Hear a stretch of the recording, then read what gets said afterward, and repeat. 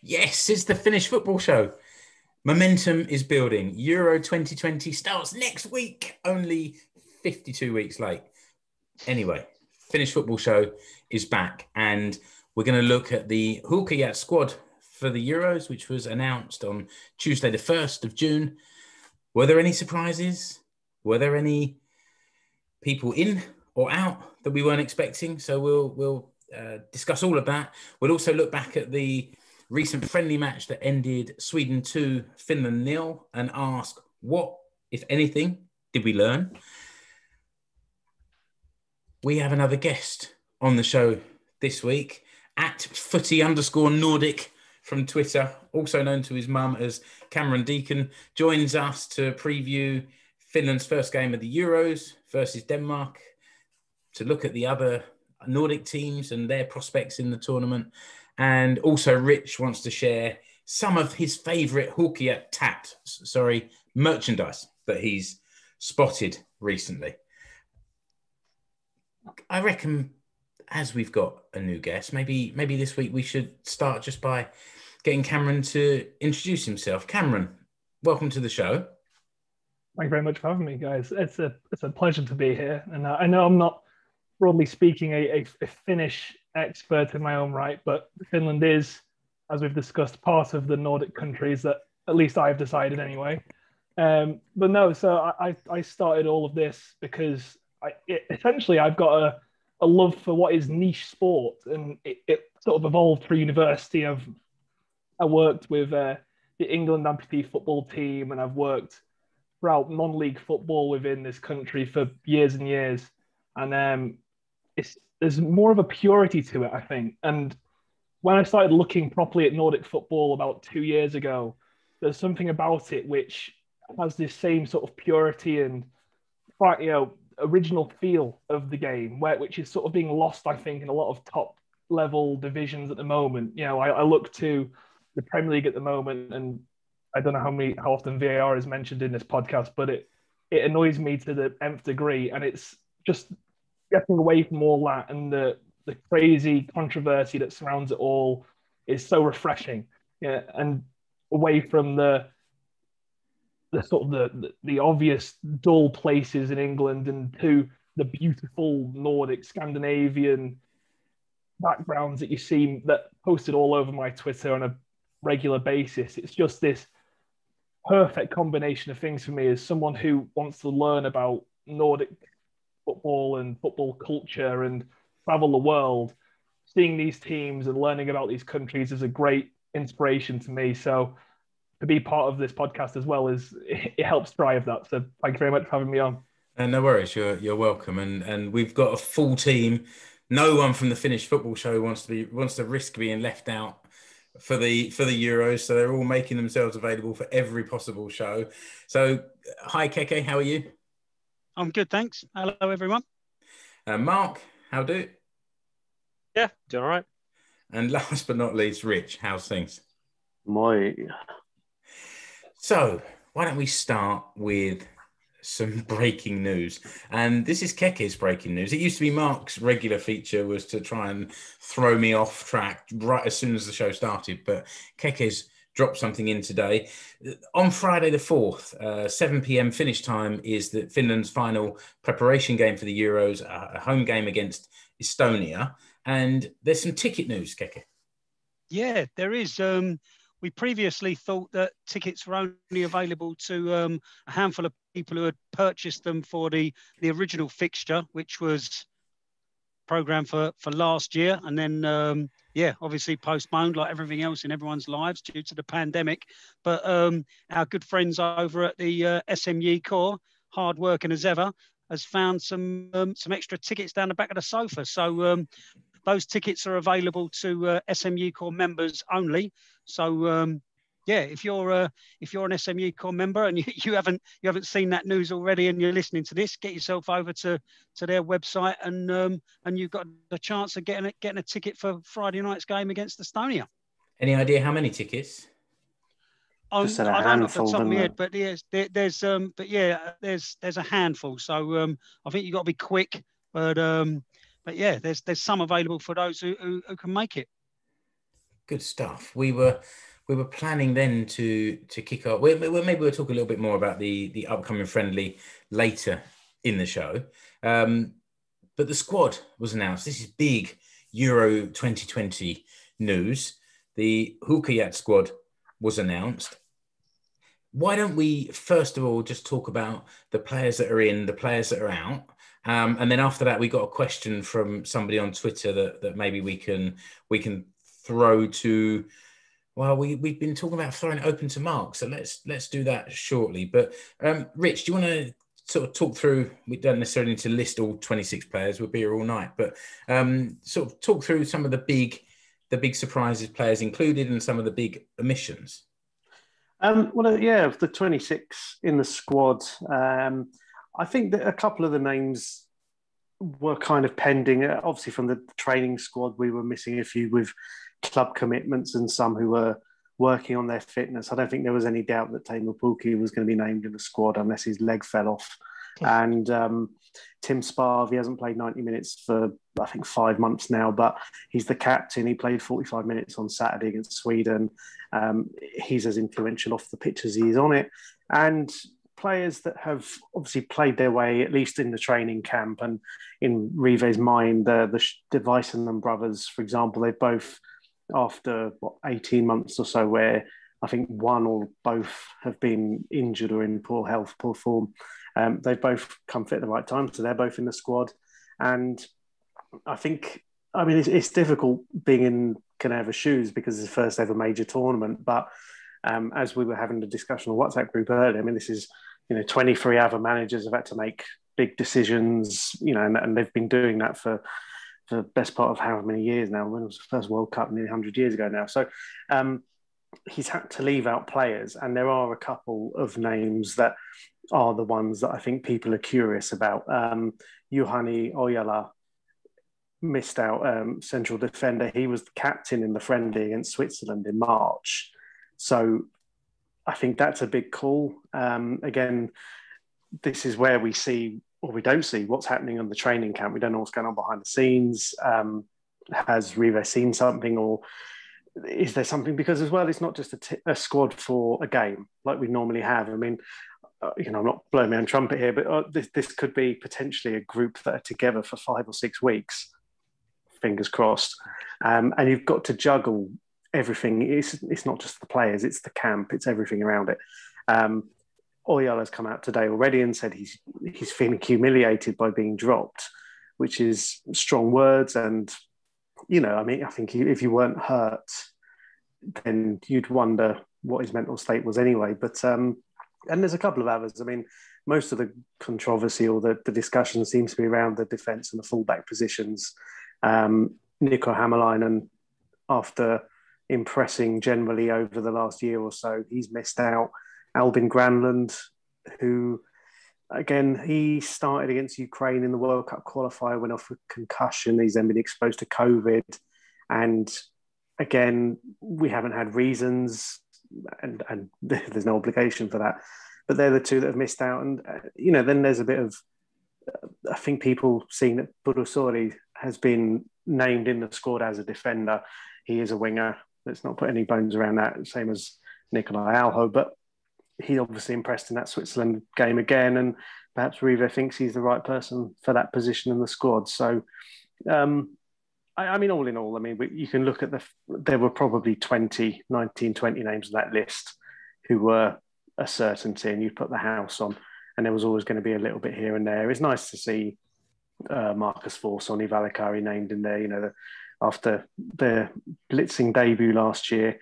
And, most of the established names, Robert Taylor didn't make the training squad because he was trying to play his way back into fitness. He's been in good form in Norway. Robin Lod, don't think there's any doubt. And to be honest, he's probably in contention to start the Denmark game, assuming he's fit. And yeah, it's difficult. There were always going to be some conversations around this, and I think Oyela and Hämäläinen are probably likely to be the hardest done by. But I think, all in all, the first 11, it wasn't going to change. It would be the same first 11 either way. So it's done now, and we'll see. And hopefully, no one will get injured in the 10 days before the tournament starts. I think Keke was waving his hand in the air first, and then come to Mark. Yeah, I was just going to say, guys. I think that the Albin Granlund one is an interesting situation. I think it must be something to do with this sort of COVID exposure. I mean, there's not been much news come out about it apart from he was exposed to COVID. But I would have thought that he would have been in there. Albin, I think he's obviously he did go off with that concussion earlier in the season, as Rich said, and he's not really been seen or heard of since. So I think he might feel a little bit hard done by, and I just wanted to give a mention to Juha Pirinen as well, who's missed out. I think he's playing in Slovakia, he's doing okay over there, but he's been in and around squads all through the qualification campaign, and then it comes to the tournament and he doesn't quite make the cut. And again, I think he must be feeling all sorts of emotions inside, but I'm sure come the kickoff he'll be like the rest of us, just cheering the boys on. But I wanted to give an honourable mention for Pirinen there. But as Rich says, there's one or two surprises. I mean, Robert Ivanov, he's made it after a couple of recent squads. So I think he had a decent season in Poland. So he's fair enough. The one that surprised me was Lassi Lappalainen. Not really been seen or heard of around the international scene lately. I mean, he play. Crikey, he had that cracking. Was that Liechtenstein away? He had that. Yeah, Liechtenstein away. He had that cracking game, and but yeah, he's obviously Rivers seen something in the training camp, and he's made it onto the plane. So fair play to him as well. The other one that we was all sort of umming and ahhing about was Rasmus Schuller. He's Rivers seems to like him. He's been nailed on, so he's made it. And Cameron might have seen him playing in the Allsvenskan for Djurgården, and he's been pulling up trees over there. He's been having some really great games. So yeah, well played to Rasmus as well. Mark, what did you want to add? Yeah, so I mean, the Oyala one's interesting because if this tournament had been a year ago, Oyala would have been either gone there, no problem. I think Pirinen also falls into that class. That if the tournament had been when it was scheduled, they'd have both been kind of integral parts to it. Oyala, though, in the last couple of games, so against the Swiss and against Sweden, he looked a little bit slow on the turn. He got done by Kajson, the young Swedish forward, inside and out for Sweden's first goal. And he had a couple of shaky moments against Switzerland, particularly that, when we lost that goal in the dying embers. I think he just got out jumped and out muscled at the back post, which is something that he's supposed to be the big, strong. He's never been that quick. He's never been that technically good. He's supposed to be the big, strong centre back. And if he doesn't have that, then I think, he doesn't offer you a great deal. What Ivanov or the Väisänen brothers do offer you is they're a lot better with the ball at their feet. And it's going to look like we're going to be really defensive as we head into this tournament. We don't have a right back. So the fact that Albin Granlund isn't there means we're going to have to play basically three at the back, because Alho isn't a right back. He's at best a wing back, but I think he's just a deep starting winger. And as for Soiri, I mean, I don't know if he was on the plane before the Sweden game. I think he came on against Sweden, and he was the only guy who took the ball sort of the length of the pitch down the flank. He had I think we had two shots on goal, and I think he had one of them. So he may have just played his way kind of back into it, but I think it's unlucky for Oyala because he's been playing really well for many years, and the clock just ran out on him, I'm afraid. What about this question then, Mark, that came on Twitter from Pettiapelli? It says, I think we've discussed the biggest surprises in the squad, but the second part of the question there was, Does the selection tell anything about the way the Huuhkajat is planning to play in the tournament?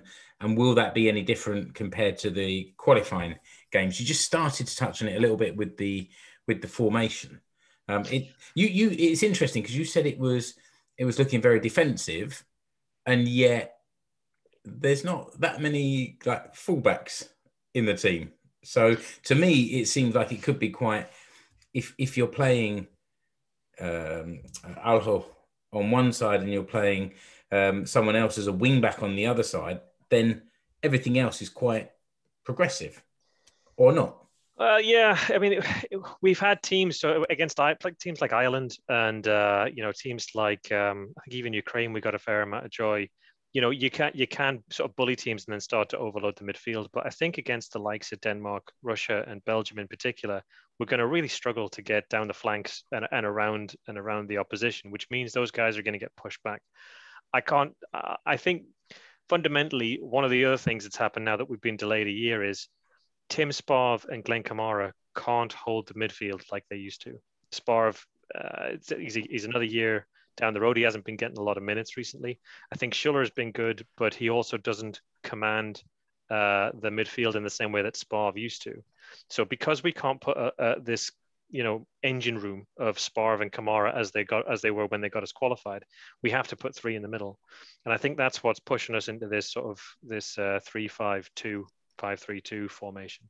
So I can only see us now going with the three at the back and sort of trying to play, which I don't know. It's a nice, when it clicks, it's a really attractive way to play football, but it's very heavy, particularly for those on the flanks, and you have to be able to find space in the opposition third, and we've only got one or two players that can do that. So who do you think the three in the midfield will be? If Sparv and Kamara are there, who's alongside them in the three? I think you've got Sparv holding, sitting in front of the defence, which is already kind of like a pretty packed low block, as they technically call it these days. Then you've got Kamara trying to go box to box, and then you'll have Lod he'll be either up top kind of supporting and then making a diamond four, or you'll have Lod actually sitting in the midfield. If Lod goes a bit further forward, more advanced, you bring in somebody like Oni Valakari to have that, or Robert Taylor to move the ball around, because both of those guys have the really good positional awareness, and they're able to link the play, particularly to the wings. So yeah, Sparv and Kamara, they'll be nailed on, and your third one will be either Lud, or it'll be Lud moving forward and somebody like Valakari coming in. That's what I reckon. I think Yoni Kauko is probably in contention for that as well. It might be a bit heavy on the kind of working than anything else. But he, in Sparv's absence, worked quite well with Kamara. Again, if we're depending on Tim being fit, and that's the main thing. It's a good point, Rich, actually, because Kauko has been very good lately. It's so much so that Sparv, we haven't been sitting there saying, when's he coming back? We've been saying how well Kauko's been playing. Yeah. I think Kauko played so well in the World Cup qualifiers, and I think Sparv's main quality these days is what he brings out of others. He was always this kind of passing, he was always intercepting the ball. His movement and positioning was superb. But when you take away the fitness, it's kind of how he brings out the best in Kamara particularly, but how that works with a three at the back, how that works with different partners, whether it's Schuller, Kauko, Lord, Taylor, whoever.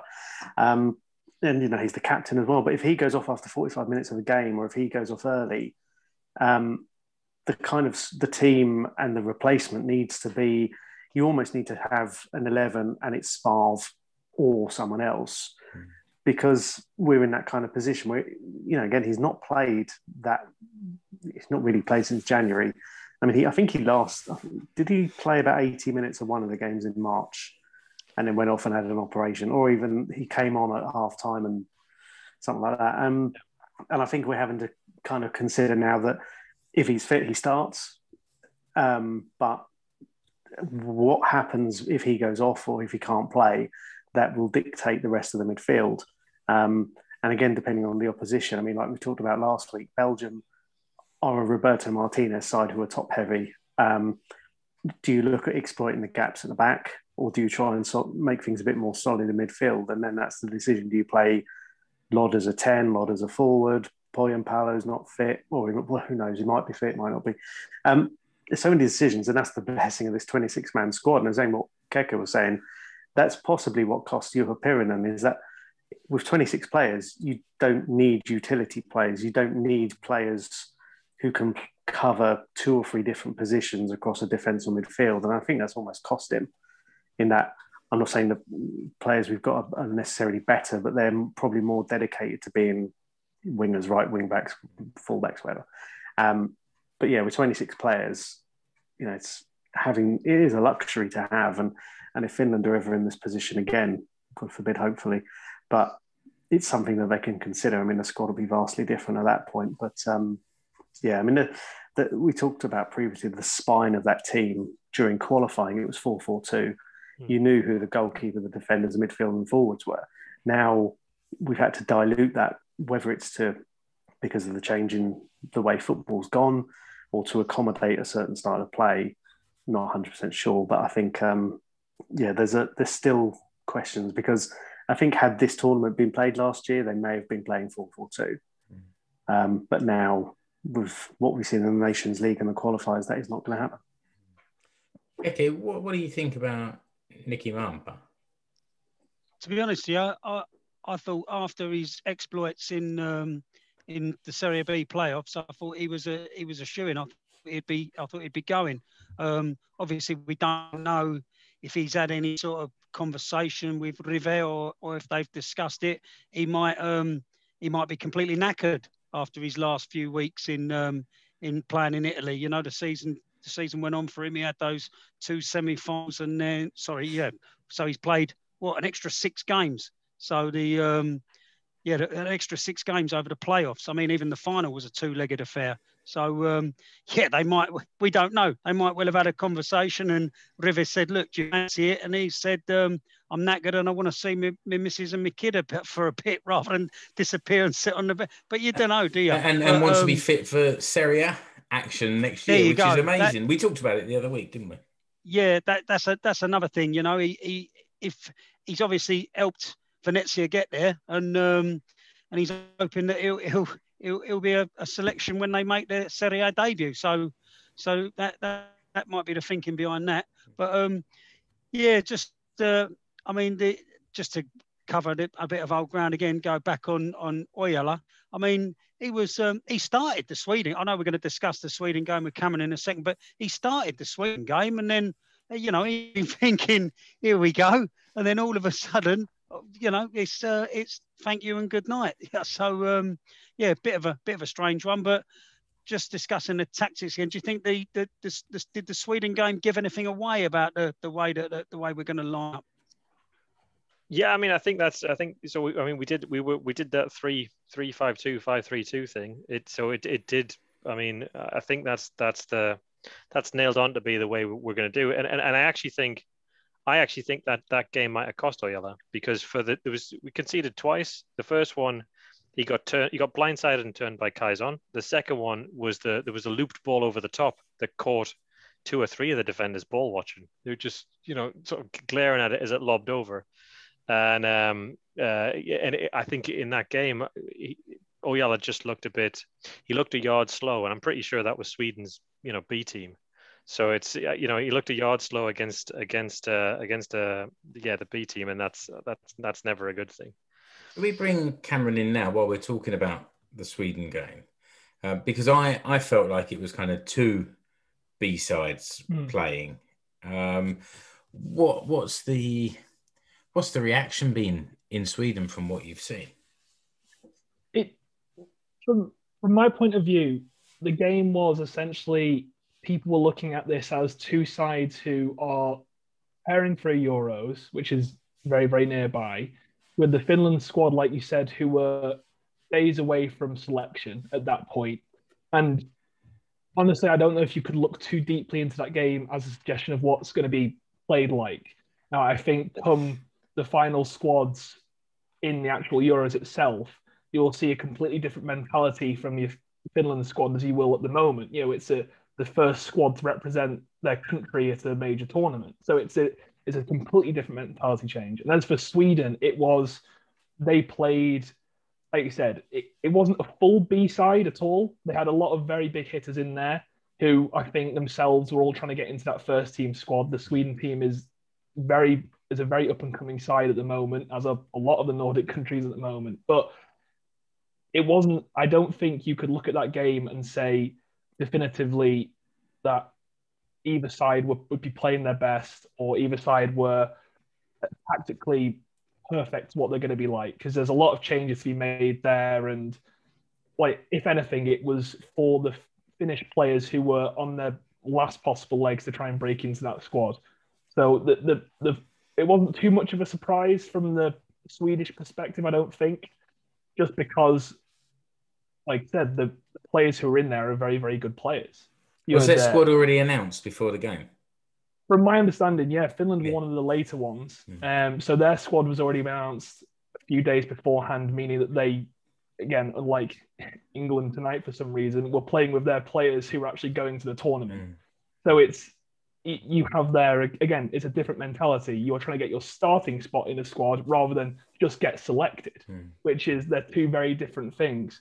And yeah, and it could have been very different as well, because as it was very quickly mentioned, the two goals which were scored were two very easy goals, which I think in a tournament setting don't end up in the back of the net, in my opinion. They were two bit lazy defending side, and mistakes cost Finland, I think, more than anything. But ultimately, I'm not sure it's not obviously the result you wanted, but I wouldn't be too disheartened by that result in terms of going forward as a squad, or being beaten by Sweden team that was selected and were in their final stages of preparation rather than just beforehand. And what is the Sweden squad looking like? Because I don't follow them particularly closely, and there were a lot of players there that I didn't recognise, whereas maybe in previous years, they might have been more familiar. Is it a transitional squad? Is it a strong squad? Is Zlatan's coming back for this competition? Is that right? Having said he wouldn't, and then he would, and well, he wasn't, then he was, and now he isn't. Okay, right. Yeah, so it's been a very topsy-turvy thing for him. He's been injured, obviously, so he's been ruled out. The squad itself it's a very, very young squad. To name a few off the top of my head, you've got Isaac up top, you've got Kulusevski for Juventus, you've got Sandberg in midfield, and all of those three players have been, for me this season, the eye-catching youngsters who are going to probably end up leading this Sweden squad. You saw Quaison, who scored the goal. He's going to be one who will be on the fringes of getting into that first team. He probably won't make it into that the first lineup eventually. But the Sweden squad is very exciting overall. It's a squad that, if there's anything transitional about it, it's transitioning away from Zlatan. Yeah, which is the only sort of minor quirk about it, is that it's people face Sweden and go, my God, we have to play against Ibrahimovic now, and now it's not. Now they're not really sure. And for the people, the layman who doesn't really know the squad at the moment, I would say it's a very fast-paced squad that, on its day, could play very, very well. And I'm sure it probably won't be their year this year, but in terms of the next tournament coming up, I think we could see a really good Sweden team developing, depending on how these young players have developed and moved from here on in between then. Okay. I like that. Sorry, I was just going to say I like the look of that. I like the look of that Isak. He's a decent player. He was playing. I think he was at AIK before, but he's at Real Sociedad now. He's doing okay. Still amazed to see Seb Larson still playing. I remember seeing him as a youth coming through at Arsenal. God, when was that? 15 years ago, and he's still going. He's 35 now, Seb Larson, and he's back at AIK, but he's playing well in the Allsvenskan every week, and then you've got Jordan Larson of Spartak Moscow. I think he played a couple of minutes, didn't he? He came on. When did he come on? He came on second half, was it? But yeah, again, another young player who's looking half decent. But we don't want to spend too much time talking about Sweden, do we? But should we have a little look forward towards Estonia? We understand, Cameron. This is not this. You've defined your borders of the Nordics, and Estonia is the other side of it. And we know there's an Estonian football show podcast, but as this is a friendly, we didn't do a big feature on it. But Rich or Mark or Keke, any thoughts about what might be coming up on Friday for Finland? Is this the Baltic Cup these days? I think they haven't played that for a few years, have they? The Baltic Cup is actually going on at the moment, isn't it? Estonia, they either just played Lithuania or they're playing Lithuania. So yeah, that's the Baltic Cup's in full swing at the minute. So I'm not sure how this friendly fits into it. I don't know if we win, we might get a trophy. I think it's because there's only 3 teams in that tournament. So you're this like their buy round. There we go. Yeah, we do. But I don't think we'll get. We might not even get an Estonian first team. We might get the Estonian fringe players to keep them warm through this tournament. But do we see this as a relatively soft warm-up game for the Euros? And do you think that Finland will play a strong team? I mean, in my eyes, it seems like now should be the time for sort of defining what the team's going to do and try and get into that rhythm. Well, there's 2 schools of thought, isn't there? I mean, do you risk players getting injured, or as it is a friendly, are the Estonians going to be going in 100% in tackles and all that? It's a difficult one, but like you say, Mark, do you play your first 11 and really see what they can do, or do you park those guys and save them from any possible sort of fatigue or injury and have a look at some fringe players again? That's obviously another decision that River's got to make. But yeah, I mean, I was actually in Tallinn when we played Estonia in the Nations League, and Teemu Pukki scored in about the 94th minute, I think, to give us a 1-0 win, but which was an absolutely cracking night. But yeah, I think I like to think we've moved on a little bit since then, and you got to think that this whichever team goes out has got to be beating Estonia, really. Yeah, I mean, you'd hope so. So I think practically Spav needs minutes. I think Uronen did well against Sweden, and he needs more minutes under his belt. Looked like Lassi Lappalainen probably needs some running time. Beyond that, you'd want to try and get your strongest team out there. But the question is, if Pukki's not 100%, do you risk him? If Joll is not 100%, do you risk him? It's going to be a tough call for those guys. Rich? Well, Pukki said last week he was unlikely to play against Estonia. I think he's putting his comeback as Denmark, which is how fine these margins are. I haven't heard much about the state of Pohjanpäälä's injury. I know he wasn't considered for Saturday, but I'd imagine, assuming the rest of the squad have gone home, so we're now down to the 26, he's going to be picking from that 26. I mean, it's not like the England game where they're playing as we're recording now, and they've picked Jesse Lingard, who's not in the squad, and he's playing for him tonight. So maybe it's become his farewell game. But it's one of those, I assume they'll pick from the 26. So if Pohjanpäälä's not fit, Pukki almost certainly won't play.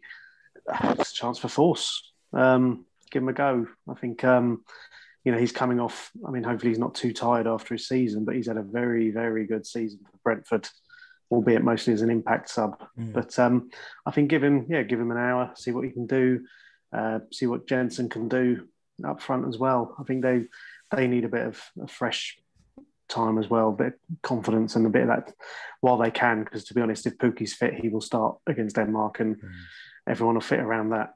So quite right as well. I think he's earned that. Just one point while we're on Estonia, there's one little thing I've got to tell you from when we were over there in Tallinn.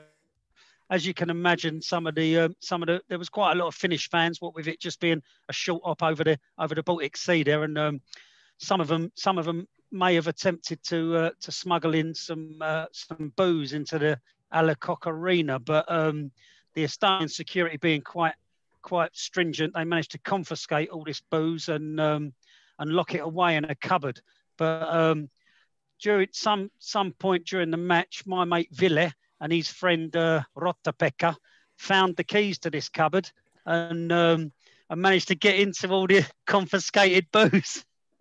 And, you find the keys to a cupboard. Well, no, that's what happens on these away trips. They escaped in a fleet of minis while the game was being played. Exactly. Oh, right. But yeah, they polished off all the confiscated Yalovina and everything else, and yeah, it was a good night. So yeah, that's just one little story from that trip. Am I the only one that's noticed that most of Keke's stories from trips involve behaviour under the influence of, well, booze mostly? You told us last week, Keke, you got thirsty friends. What can you do? No, that's it. Yeah. I reckon that's a good place to pause, just to as a reminder, as if anyone needs it. But Finland's upcoming games. So on Friday the 4th of June at 7 is Finland versus Estonia, the friendly in Helsinki. Then 8 days later on the 12th at 7 o'clock finish time is Denmark versus Finland from Copenhagen.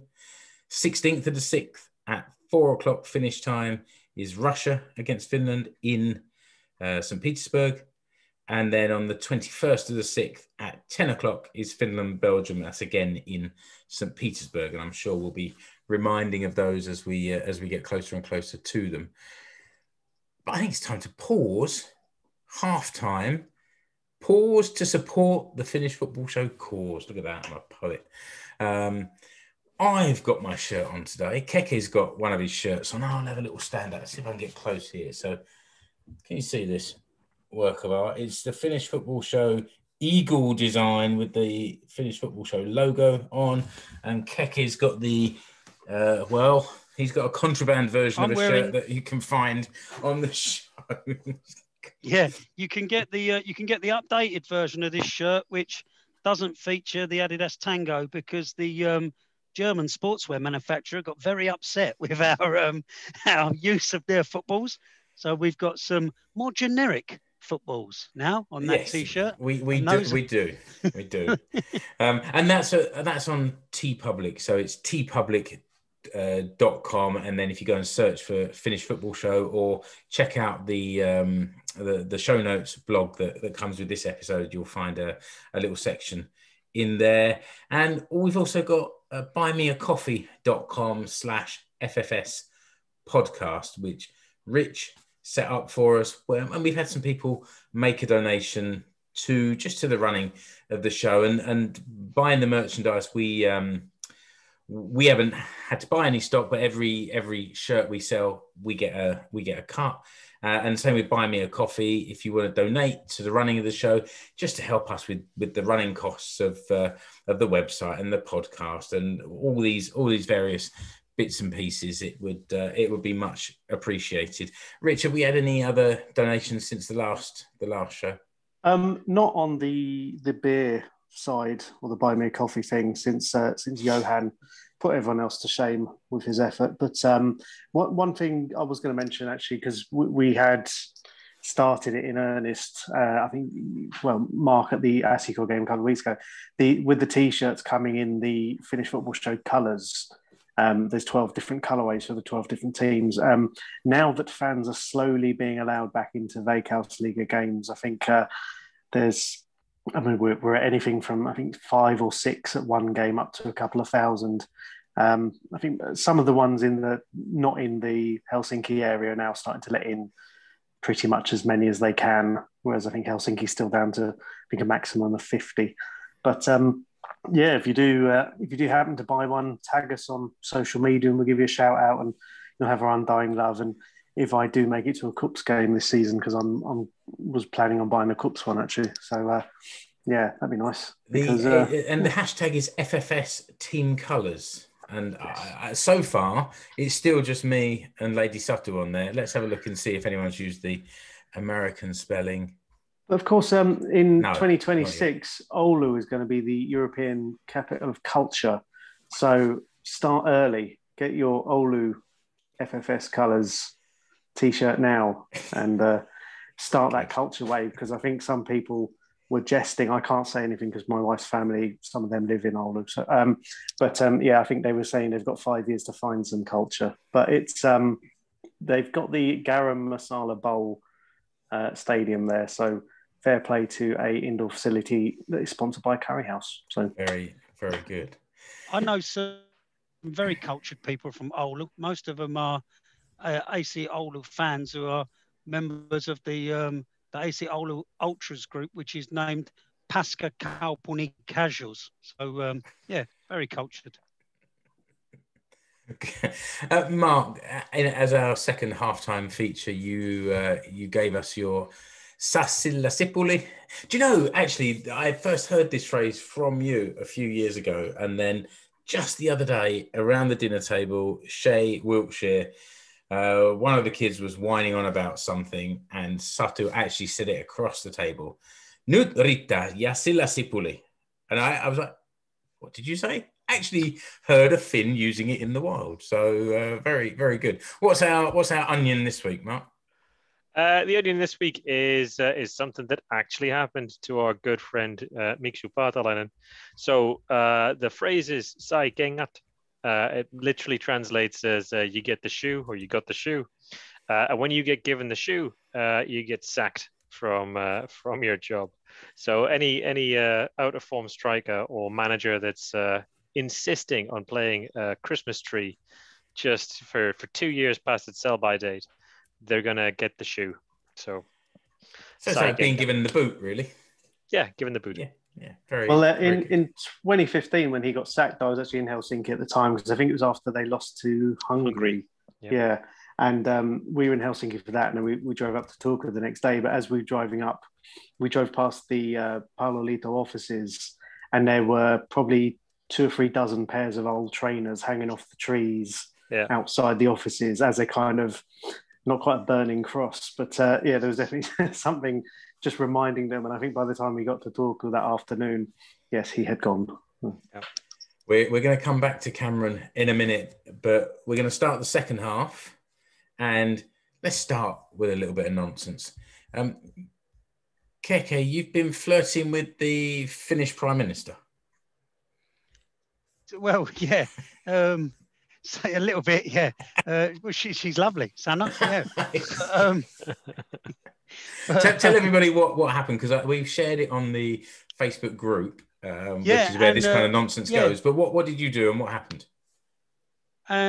Well, we as a collective, Rich and the rest of us, managed to get a question asked on the All Points North English language podcast when they were interviewing Sanna Marin, Finnish Prime Minister, and we posed the question: which Veikkausliiga team does she support?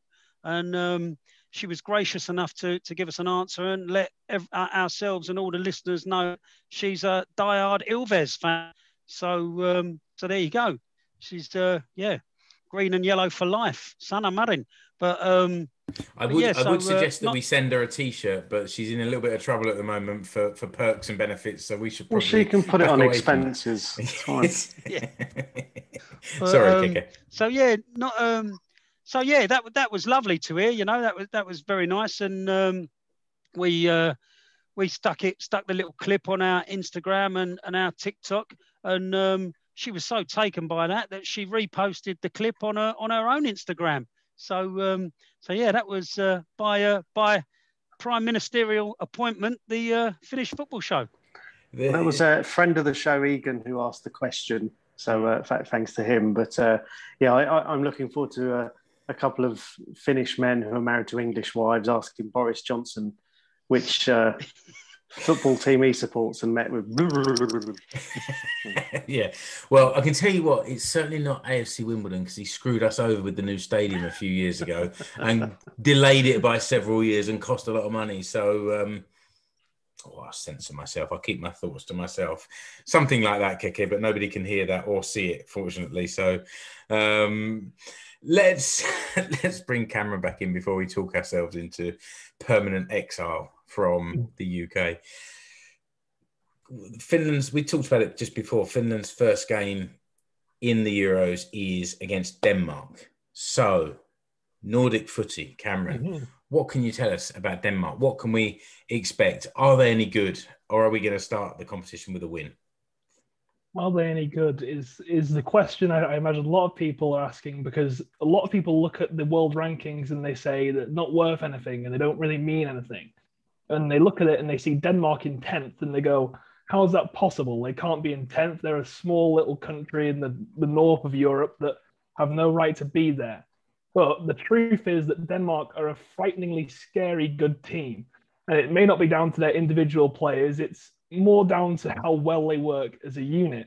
So before all that, I'd like to preface it with Nordic football. This is the first time since Euro 2004 that two Nordic teams will play each other in the Euros. Last time it was Denmark versus Sweden. And when that happened, they both ended up finishing first and second in the group. So, and they beat Italy and Bulgaria to that. So if that's a precursor to anything, then you should be quite happy. Hang on, didn't they draw the last game?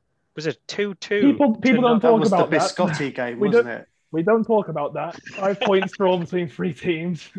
But yes, they both went through on a definitely not dodgy result at the end of the tournament. One of those, yeah, okay. However, yeah, if history has anything to say about this game, it shouldn't be massively high scoring. I was looking before, and since 1917, the 20 times that this game has been played, there has only been one occasion where there has been a game with more than 3 goals. A lot of 1-0s, a lot of 2-1s, a lot of 2-1-2s in both ways. But yeah, there's only been one, which was a 3-2 loss back in 1982, I think it was. But this has very little bearing over what should be a great game, I think. People look at it and say it's essentially an ex-winner of the competition versus a complete newbie, but it's certainly not how it should be perceived. But yeah, in my opinion, Denmark right now are undeniably one of the better teams in international football, which is unfortunate for you, by no doubt. But to deny that, I think, would be tactical suicide. And the mountain that any team, let alone Finland, will face when they play Denmark is going to be huge.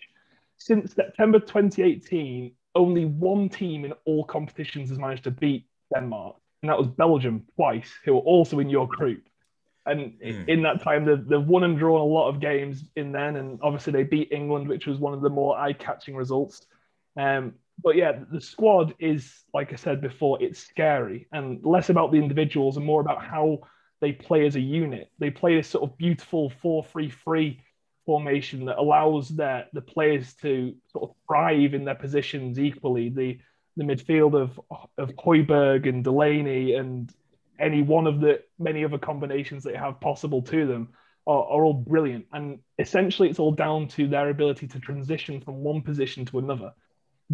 Their ability to go from defense to attack in any split of a moment is quite phenomenal, I think. It's something that I don't think England have got down to a T at all. I think it's one of the reasons that a lot of countries look very slow and very boring when they play football, is because they don't know how to do that because their squad is not a unit.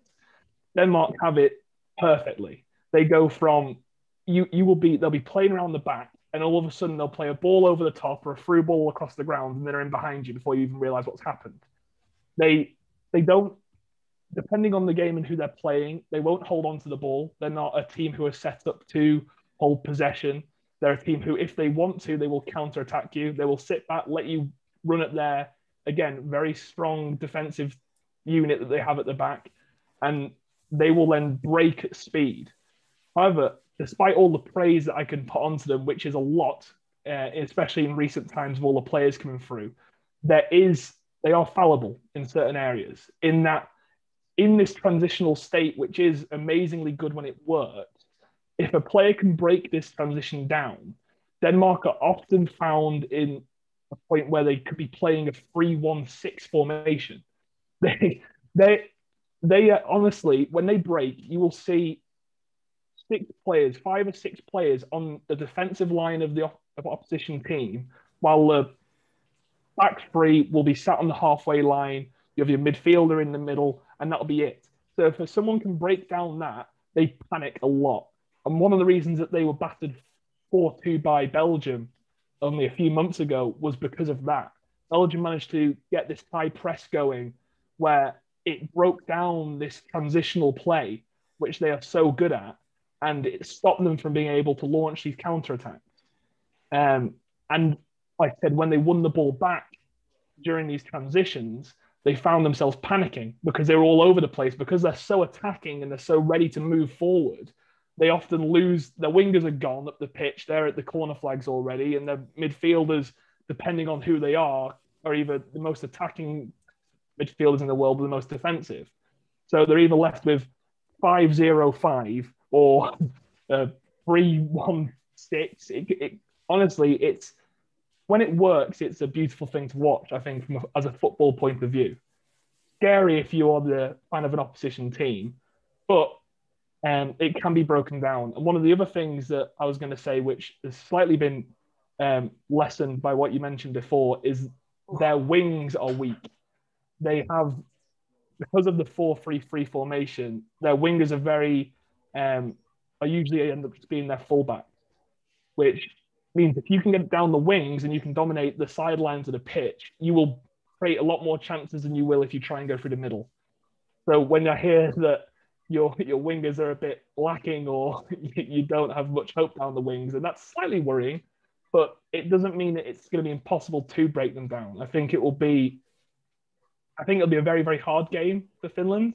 There's no reason why they can't go in to try and get something from it, in my opinion, from what I've seen of them playing. But all in all, it's going to be a very tough game, potentially harder than Belgium, because Belgium as a squad are nowhere near as cohesive as the Denmark squad are, in my opinion.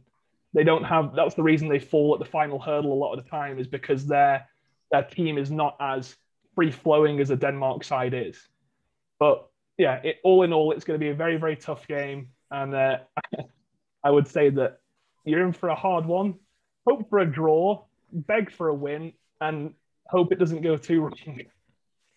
Rich has got his hand up. He's got his virtual hand up. He's had his actual hand up. Rich. I just wanted to point out something that Cameron said that I found quite amusing, because a couple of weeks ago I watched the FIFA 1986 movie because it's on YouTube, and talking about how this is a game between a former winner and a debutant. And it made me think of when Denmark played Uruguay in 1986 and the debutant beat the former winner 6-1. I'll quite happily take that. I'm not comparing the Finland squad to having the Michael Laudrup or Elkjær or Olsen or anyone like that. But I think Pukki's got a few goals in him. Most of the Finland team seem to have had some time playing in Denmark. So I think that will be quite, that'll be quite familiar for them as well. So I'm, looking forward to it. But I think it's our wing backs can attack. It's the defending is the thing they can't do. Mark. That's going to say the same thing. Is that we don't our strength, our weakness in our wide areas is generally defensively. But what do you think about Eriksson? Because if you look through that, when I look through that Danish team, I see a lot of guys that don't score a lot of goals. Like you've got Braithwaite is a fantastic footballer, but he struggles to get minutes in Barcelona. He doesn't get on the pitch, and then even for the national team, he doesn't actually chip in that often with a lot of goals. They are a great team that moves forward, but I'm sure the plan from Rive is sit Kamara and maybe Sparv on top of Eriksson and hope to sort of shut down that movement and transition. Is that a decent plan, or have they got are they dangerous with many forwards? I would say, in terms of like I was mentioning before, in terms of this squad feel over individualistic players, the reason that they do so well is because, again, this sounds stupid, it's almost because they don't have that out and out talisman. You look to Eriksson as the man who's going to be the one controlling the game when it's not really true. Højbjerg and Delaney, I think, are two excellent midfielders who they're not as attacking by any means, without a doubt, but this squad, like I say, they interconnect so well that they don't look to someone like Eriksson to do that forwards play. They have Mikkel Damsgaard of Sampdoria, who is an unbelievable player on his day, and he scored quite a few goals for Denmark in recent times after breaking through into it. And it's like their attack. I would say I put down sort of the danger man that I think Finland will have to face is Jonas Vind, I think it's pronounced, of Copenhagen. He scored 15 goals in 28 games for them this season, and he is just a monster when he plays for Denmark. There's a lot of he's only 22 years old. When he plays, he usually scores. That's how it goes with him playing. He's not played loads within the last year, but every game that he's played, he's either assisted, scored, or at the very least left his mark on the match. So it's these sort of, this is what I mean in terms of their squad. They don't have an out-and-out player who's definitely going to score on goals. You'd think it'd be Braithwaite or Poulsen. But the fact is it'll probably be one of the wider players like Vind or like Damsgaard or Steg or the countless other good attackers that they have. Which, and even their wing backs, Vass, he gets up the field so fast that, and he's often involved. You wouldn't, to pin down one player in the Denmark squad or to pin two players to one again it might work if it's the correct player on the day. If you pin down the wrong player, you're left with a man overlap somewhere else, and they are, like I said, they are so good at that transitional play that breaking through a side would be no problem for them.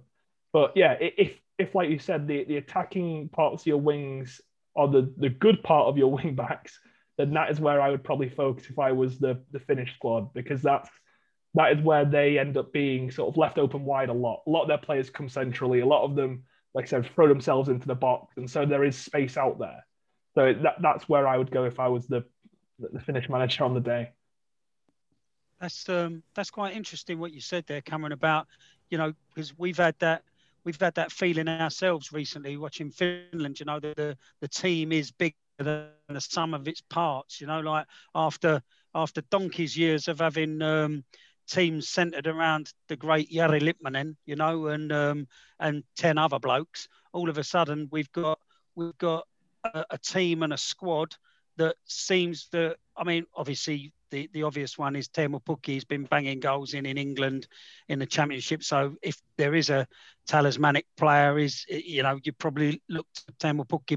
But the team and squad are generally bigger than the sum of their parts, and we've sort of traded on that ourselves recently. So that's an interesting point what you say there about the Denmark side. So certainly will has the makings of an interesting match. Absolutely, yeah. Like I said, I'm really looking forward to that one in terms of the first few group games, and obviously even the Russia game. They're all very. When I look at the group in general, they're all very similar teams. Russia don't. I couldn't, off the top of my head, name a couple of world-class Russian players who are going to run the game, as if Belgium are almost the opposite. They have too many world-class players, so you can't look at one who's going to control it. So it's an interesting group in terms of who will be the players who do stand up for the individual teams and who will be the ones who come through, really. Very good. I'm not particularly reassured by what you said, Cameron, but I am kind of excited about it. I'm looking a bit. Obviously, we're all excited anyway, but now this is good to get someone there that actually sort of knows these teams a little bit and gives us something to look out for.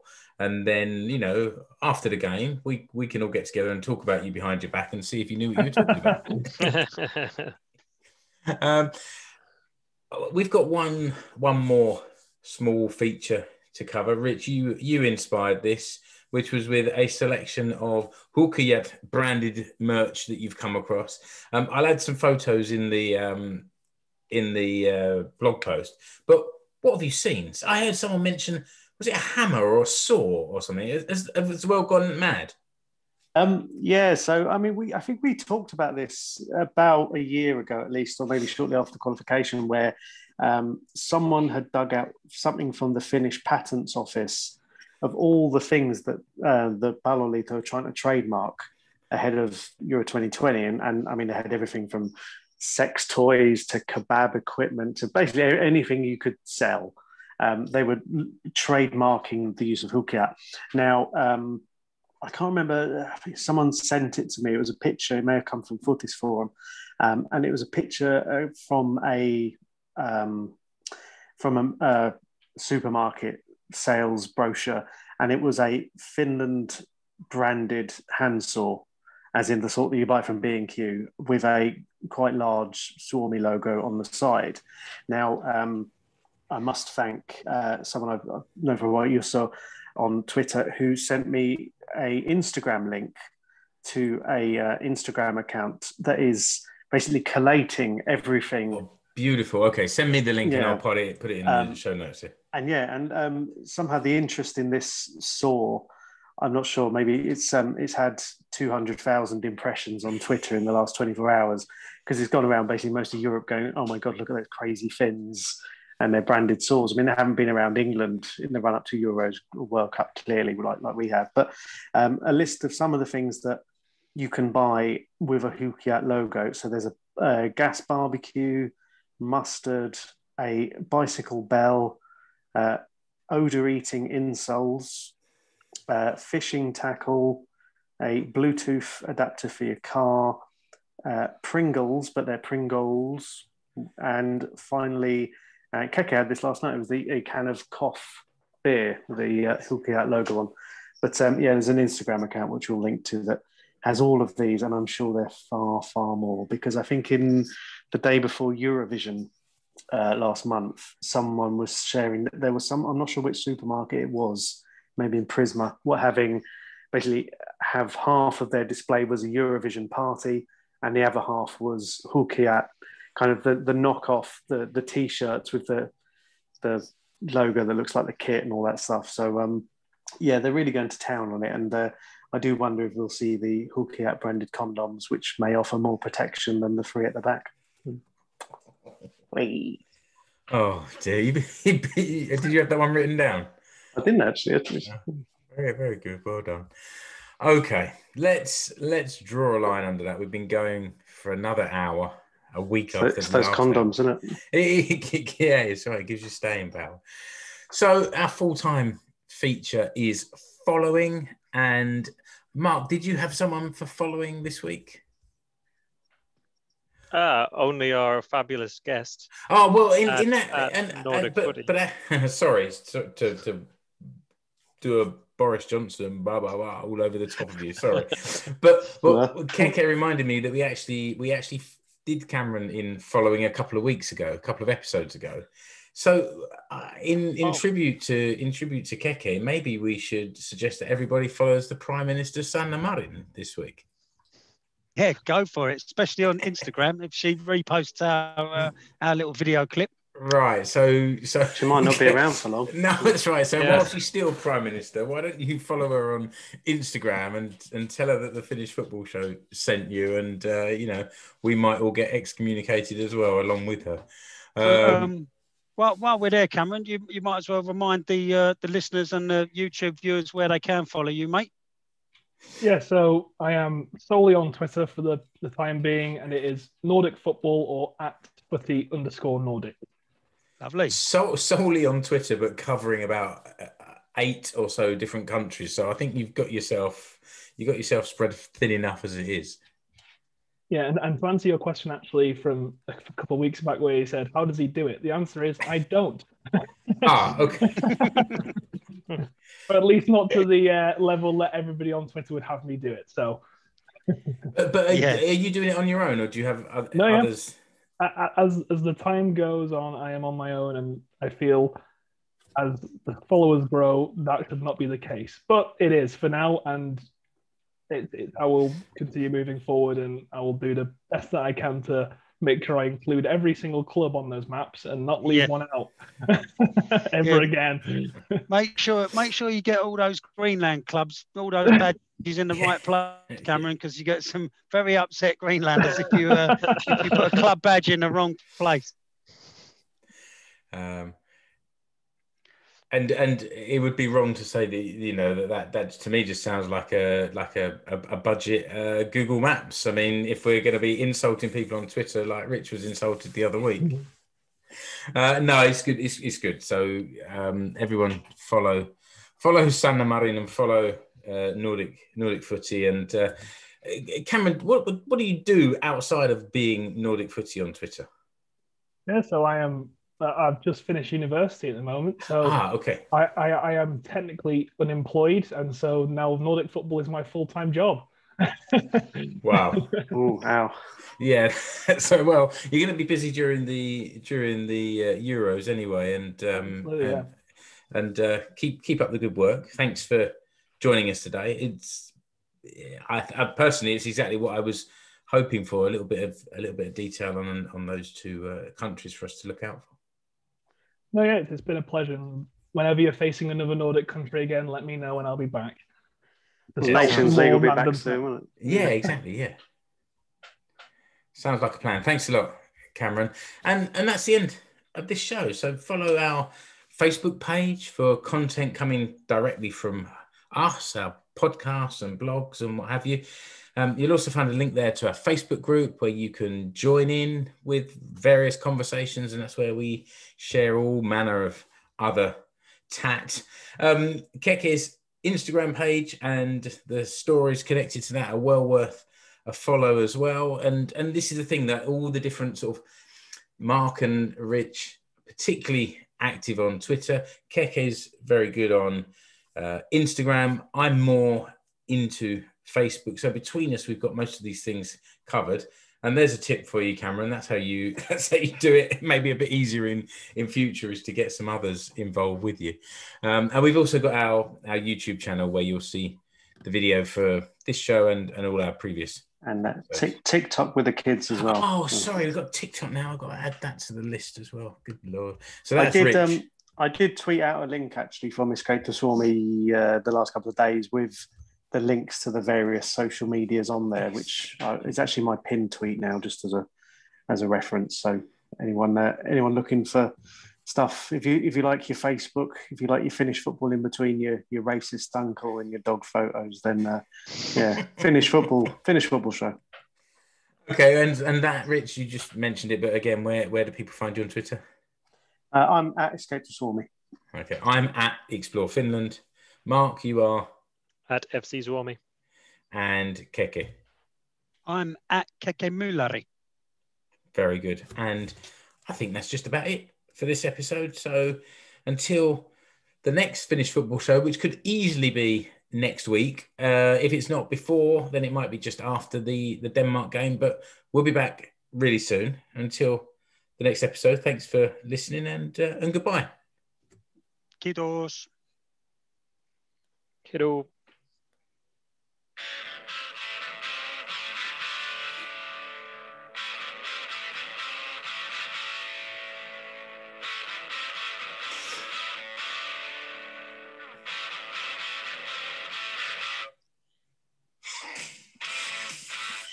Yep.